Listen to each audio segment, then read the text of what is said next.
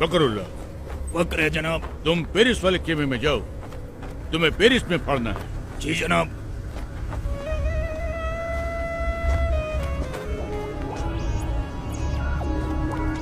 फकरुल्लाह। फकर है जनाब।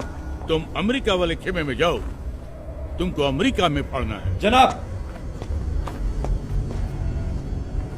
फखरुल्लाह। फखर है जनाब। वो तो हमको भी है, तुम पर। तुम हमारे साथ आओ, तुमको हिंदुस्तान में पढ़ना है। मुझे हिंदुस्तान में शहीद नहीं होना जनाब।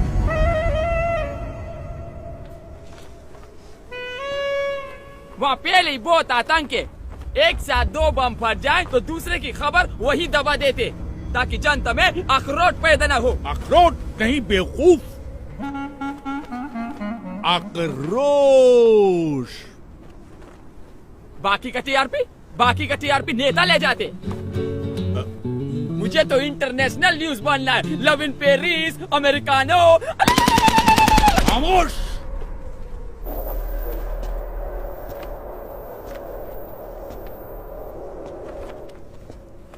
बदअक्ल, बदशक्ल, बेवकूफ, नामाकूल, गुस्ताख।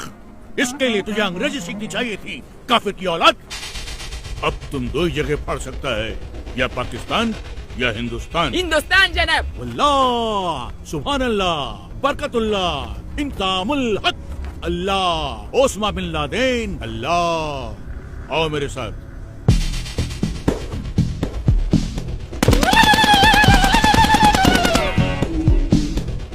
और एक बात ध्यान रखना, किसी भी मुल्क में जाकर पढ़ने के लिए सबसे पहले तुम्हें उस मुल्क के आम आवाम का एक हिस्सा बनना पड़ेगा,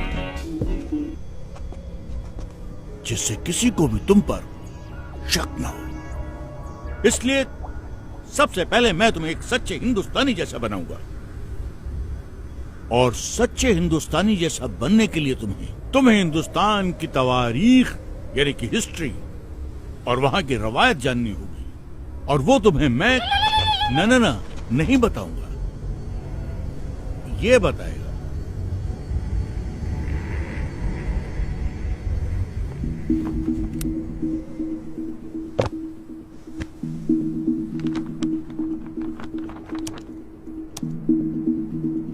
We made a tryst with destiny, and now the time comes when we shall redeem our pledge. Among those Indians who are now abroad, I expect that Indians living in Axis countries or in कोई बड़ी बात नहीं है बिस्मिल साहब। बड़ी बात तो ये है कि जिस्म से टपका हुआ एक बूंद खून आने वाली नस्ल के सारे खून में उबाला ला सकता है या नहीं। तेरी फिजा में हम बन के हवा का झोंका, किस्मत वालों को मिलता है।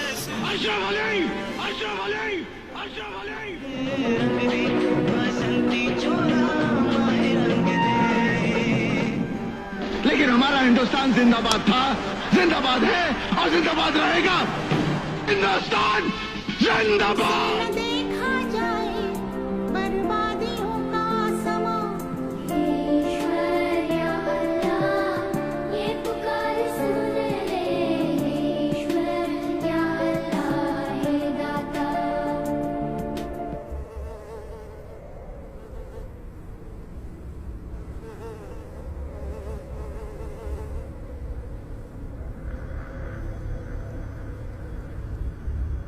सुभान अल्लाह, अब तो एकदम हिंदुस्तानी जैसा लगता है।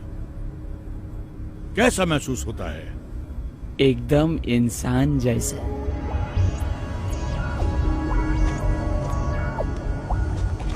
अब तू पढ़ने के लिए एकदम तैयार है।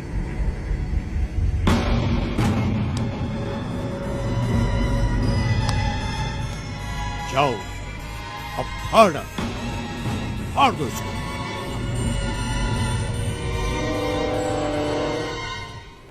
15 अगस्त 1947 सैकड़ों स्वतंत्रता सेनानी, जिसमें मुसलमान, हिंदू, सिख, ईसाई चारों कौम की शहादत के बाद भारत को आजादी मिली। एक ही तिरंगे के नीचे खड़ा होकर हम सब ने मिलकर भारत का संविधान बनाया, जिसमें जितना अधिकार एक हिंदू को दिया, उतना ही अधिकार एक मुसलमान को, और उतना ही एक सिख और उतना ही एक ईसाई को दिया। एक ऐसा देश जो हर मजहब को जानता हो, पहचानता हो, अपना मानता हो।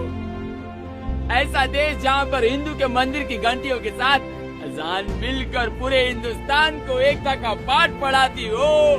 ऐसे देश पे कोई कैसे बम फाड़ सकता है? एक ऐसा देश जहाँ पर हिंदू और मुसलमान दोनों फांसी के तख्ते पर चढ़ गए हो, झूल गए हो। ऐसे देश पे बम कोई कैसे फाड़ सकता है? खामोश, नामाकुल, बदबख्त, गड़रिये की औलाद, काफिर।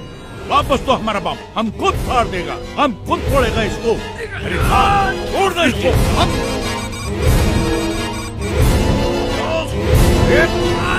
क्यों नहीं?